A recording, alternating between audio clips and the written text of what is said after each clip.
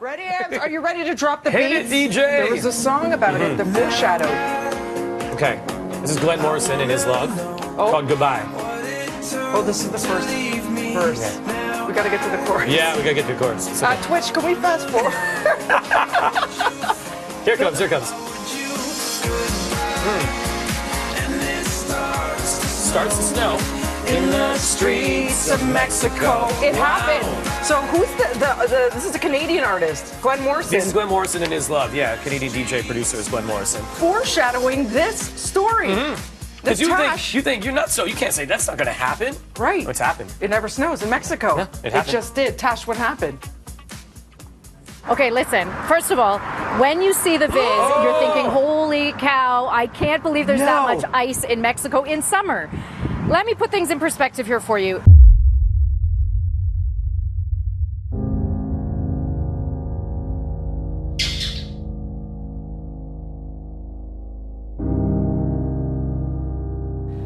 Finally tonight, a stunning show in the sky that only a small part of the world could see.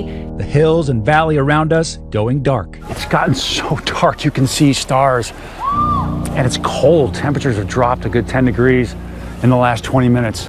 It's here that the moon cast a shadow on a narrow 200-kilometer wide path, little by little turning day into night as it appeared to swallow the sun. Oh my God, it's all dark here! Then it revealed the crown jewel, the solar corona. It was more than I was expecting. It was a really amazing sensation. The sighting, I never imagined how it was to see the eclipse. This is the moment day became night in South America. There it is. We have totality. Nightfall for 2.5 minutes. You hear the birds? The birds are confused. It's the first one since the coast-to-coast U.S. eclipse of 2017, and many Americans traveled here to see another. An eclipse, from the Latin word eclipsis, which means to hide or obscure, used to be seen as a bad omen, a sign that the gods were angry. Today, a total solar eclipse is cause for celebration, especially in this part of our planet, where it won't be repeated for another 212 years. Why the allure? It's a multi-sensory experience unlike anything else nature has to offer. And David, your series have been seen by literally billions of people worldwide. How would you explain their global popularity? And also, are you surprised that they're still so popular at a time when social media entertainment is very short-lived and fast-moving, and people's attention spans are quite short? I'm not in the least surprised, oddly, because I don't believe that the child has yet been born who didn't look at the world around it with those fresh eyes and wonder. A 5-year-old I remember taking out a 5-year-old, 6-year-old perhaps, into a meadow in England, and he turned over a stone and he saw a slug. And he said, "Look, a slug, what a treasure." And of course, he's right. I mean, what are those two things sticking out at the front? What are they for? How does it move? What does it feed on? Astonishment. And that goes on and on and on. Of course, the time comes when other things come into it. And in this day and age, who's not to wonder at the miracles of the electronic age that he sees? But that should be fitted in alongside. If you lose that first wonder, you've lost one of the most greatest sources of delight and pleasure and beauty in the whole of the universe, in the whole of the wide world. And so caring for that brings joy and enlightenment, which is irreplaceable. That is one of the great pleasures of life. And if you lose sight of that, you've lost a great source of joy. What they see on television is new to them. But at the same time, people who watch the natural world on television get a vision of the world that no human beings ever had 100 years ago. 100 years ago, people didn't know anything about the world. They knew about their immediate circumstances, and of course they read books and so on. But now television can take them to the bottom of the sea and they can take them high in the sky, and they can take them into the Arctic and the coldest regions and on the top of the Himalayas, everywhere, and you can see the most remote things. I think the paradox that there has never been a time when more people have been out of touch with the natural world than there's now. And we have to recognize we are one coherent ecosystem. It's not just a question of beauty or interest or wonder. The central part of human life is a healthy planet. Scientists are puzzled by a disturbing trend in the waters along 4 Gulf Coast states. There has been a large increase in dolphin deaths this year along the northern part of the Gulf Coast. Almost 300 dead and dying dolphins have washed ashore since February. That's about 3 times the usual number. As marine biologists try to figure out the cause, the numbers are troubling. From Louisiana to the Florida Panhandle, coastline residents keep seeing a dolphin die-off. They're all bottlenose dolphins, which live closest to shore. Last week, NOAA's Marine Mammals Standing Program, which Fougere oversees, designated this die-off an unusual mortality event, or UME. They're up more than 3 times the average, and we're only halfway through the year. Usually during this time frame, historically, we would see about 87 dead dolphins showing up on the beach in the northern Gulf. Wow. So we've now seen about a 3-time uptick in those numbers, and we're just approaching now close to 300 animals within the past 6 months. Here's what we do know. Scientists can't stop whatever's happening. No one can out there. But they are aggressively trying to get to the bottom of whatever it is. We've been telling you a lot of gray whales have been dying and washing up on beaches along the West Coast, but now we know so many, in fact, are dying. It's the highest level in 20 years. A disturbing mystery. It's a mystery along the Pacific coast. Gray whales are dying in large numbers. At least 167 have washed ashore from Mexico to Alaska since January 1st. Beaches along the West Coast are looking more like crime scenes as investigators examine bodies that have washed ashore. They're trying to solve a marine mystery. Why are so many gray whales dying? Well, the federal government just declared a wildlife emergency, and that triggers a response from scientists to begin looking for a cause. It looks like it's on track to reach or exceed the most we've ever seen in a previous year. So far this year, at least 167 dead gray whales have washed up on shorelines from Mexico to Alaska. And it's believed hundreds more could be dead in the ocean. The most in nearly 2 decades. Down in Mexico, there have been also a little bit over 70. So altogether, there's been over 100 whales that have stranded so far. She says so far in the state of Oregon, 3 whales have stranded, 5 in Washington, 5 in Alaska, and in California, 37. Anytime a group of large animals are all showing the same stressed nutritional condition, it means that there's something wrong with their food. We really want to evaluate, are there changes in the environment that are causing this? Scientists say that the whales appear emaciated and malnourished. The question now is why? We always want to try to do the best to research and get all of the facts and figuring out the why, which is what everybody's doing right now. If you've got gray whales that are dying because something's wrong in the ocean, it means other animals in the ocean are going to die too. Europe is burning up as a brutal heat wave spreads across the continent. At least 7 people have died as the mercury pushes into triple digits again. In Germany, about a quarter of the country is hovering around 100 degrees. And in Spain, triple-digit temperatures there contributing to the country's worst wildfire in some 20 years. Several countries have all set new June records, including a high, this is unbelievable, 115 degrees in France. These are already among the worst fires in Spain's Catalonia region for 20 years. And the heat wave has only just begun. Europe has been sweltering for days as a heat wave moves across the continent. Several countries have set new June records, including a high of 115 degrees in France on Friday. Weather experts say heat waves like this are becoming more intense and common. We know that these sort of heat waves are now twice as likely to occur than they were, say, 20 years ago.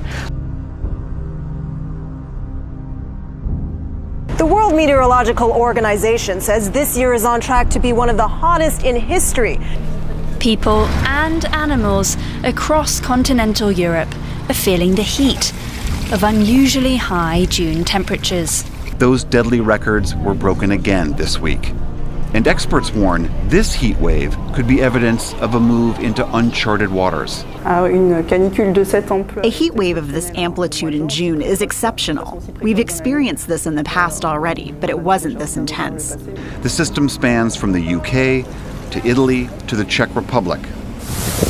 In Berlin, police deployed water cannons to salvage dying grass and trees. In Catalonia, firefighters struggled to control a wildfire under scorching temperatures. Tonight, Paris was baking as the U.S. women's soccer team defeated France at the World Cup. The results speak for themselves. The hottest summers in Europe since 1500 AD have all occurred in this century. 2002, 2003, as we just saw in the report, 2010, 16, 18, and potentially 2019 if we continue at the current rate. And Annette, it feels like we're always talking about records, and that's because we keep on setting them. And in fact, global heat records are being set 5 times as often today as they would be in a stable climate. July and August are typically the hot months here in Paris, not June. And we're seeing a potential heat wave, or we're seeing it's on the cards right now. The last one was in 2005, but that is the only one we've seen since 1947. Not only that, the one that's happening right now is predicted and most likely to be much more intense, so in fact, unprecedented in June, and we will be setting yet another record in it. Have seen over the past couple of days. It claims that it's been so hot recently in California that seafood is cooking all by itself. And sadly, it's true. A research coordinator at Bodega Marine Reserve took this picture of mussels frying to death along the shoreline. The picture was taken at a field site in Bodega Bay, north of San Francisco. The researcher said she saw tens of thousands of dead mussels that had cooked in their shells. Northern California saw triple-digit temperatures in June as the state sweltered under a record-breaking heat wave. On the Kenai Peninsula, the Swan Lake fire has been raging for a month. Officials say in recent years these kinds of fires have become more frequent and persistent. But Alaska's also in the midst of an unprecedented heatwave that shows no signs of abating. Videos posted by crews fighting to control these wildfires show just how difficult and dangerous the work is. Air quality across the southern part of Alaska is now a big concern, with plumes of smoke covering the mountains close to the state's largest city, Anchorage. Ecologists say Alaska's summers appear to be getting longer and hotter.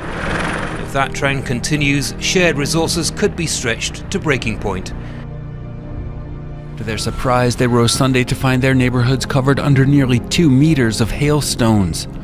While seasonal hailstorms are not unknown here, the volume of ice dropped Sunday is without precedent.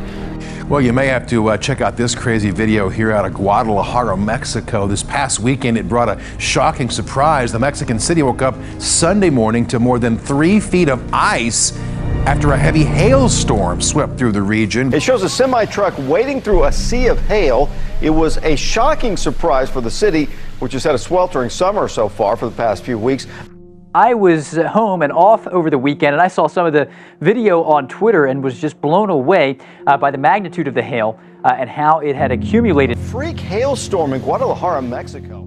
So, Jeff, how unusual is it to have a hailstorm of this intensity in the middle of summer? Well, it's an incredibly rare event to get it to this magnitude. Hail does typically fall in places like Guadalajara in the summer months. As both young and old took a moment to marvel at the rare sight. The death toll has risen to 20 in Siberia as major floods continue. Russian authorities confirmed at least 8 people are still missing in the southeast of the country. Torrential rain over the weekend saw major floods hit 55 towns and villages in the Irkutsk region, affecting 4,000 houses. River levels continue to rise. President Vladimir Putin has ordered the military to join the rescue efforts.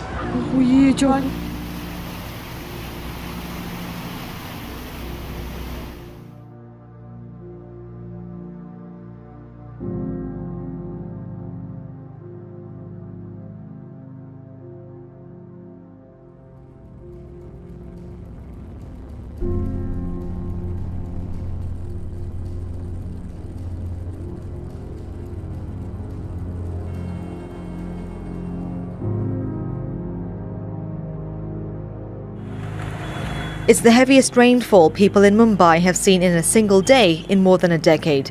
More than 350 millimeters of rain fell in just over 24 hours in the city of 20 million people. As heavy monsoon rains have battered Mumbai, authorities are warning people to stay indoors because of the risks of such conditions. In fact, it's been declared a public holiday. India has its monsoon season every year, but this storm has already brought the second highest rainfall in 44 years. If you were awake overnight, you may have seen something strange in the night sky. This is super weird. We've had several reports of something falling to the ground around 1 or 2 this morning. You see it here. Something lit up the night sky here in Florida around 2:15 this morning. People reported seeing the flaming object here from Sarasota to Palm Beach. And as far south as Key West, reported seeing a fireball streak right across the entire state. It actually turns out that fireball was not a space rock. An orange fireball lit up the Florida sky, and it sparked a flurry of excitement and conspiracy theories. The American Meteor Society reported 24 sightings. Let's look at this. Through the sky, it had people everywhere reaching for their cell phones. It's a UFO. No, a Martian. It's a little Martian. He says the objects were falling for a long time and there was nothing else in the Southwest Florida sky. So weird. And this isn't the only video showing something weird falling from the sky. Our sister station in West Palm Beach had this video sent to them. The National Weather Service in Miami is even getting involved. All morning, they've been getting videos and messages asking what in the world is this, but they are also stumped. And what's really crazy is this is 1 hour shy of National UFO Day. Like, National UFO Day was yesterday. Yeah, this is crazy. And then things started falling from the sky today. A lot of people are obviously wondering, is this aliens? It's so funny. So Chris is like terrified of aliens. He is. So he really is. Have heard about this or saw this and what he's thinking right now. But yeah, this is so weird. That strange sight had people all over South Florida looking up. Our top story tonight, a 5.8 to 6.2 magnitude earthquake off the coast of BC near Port Hardy and Bella Bella was reportedly felt by some here in the Lower Mainland. We want to get to Southern California on alert this morning after getting hit by the largest earthquake there in 2 decades, sparking more than 160 aftershocks. Felt for hundreds of miles. People felt it from Los Angeles all the way to Las Vegas. It was a magnitude 6.4 quake. It is the biggest quake in decades there. You can see the shaking workers running for cover inside this restaurant. Right in the middle of celebrations for the 4th of July. The quake was damaging enough, but then came the aftershocks. More than 100 emergency crews racing to contain the disaster. A children's 4th of July performance comes to a screeching halt. Parents filming hit the floor at Burroughs High School the moment a 6.4 magnitude earthquake hit near Ridgecrest. The several seconds of violent shaking did tens of thousands of dollars in damage at the East Ridge Market. The epicenter, 11 miles northeast of the town of Ridgecrest, near the China Lake Naval Air Base. Roads ripped open outside of town, this liquor store destroyed, contents of these supermarket shelves tossed to the floor. A big jolt and felt all over Southern California. The quake, lasting at least 20 seconds, felt as far away as Las Vegas. Experts say it looks like 2 faults were involved in today's quake, but not the infamous San Andreas fault, which is more than 100 miles away. A magnitude 5.4 aftershock struck Southern California shortly after 4 a.m. local time this morning. It comes just a day after a magnitude 6.4 quake struck the Mojave Desert. That's just one of more than 150 aftershocks to hit the same area since yesterday's massive 6.4 earthquake in Ridgecrest, 150 miles northeast of Los Angeles. What's going on? Are you serious? First earthquake. Ceiling lights swayed and water sloshed in backyard pools across the LA region. Luckily, this one was much farther away from the most populated areas. Experts say, though, this should be a wake-up call for Californians. This has been an extremely quiet, abnormal time. This type of earthquake is much more normal.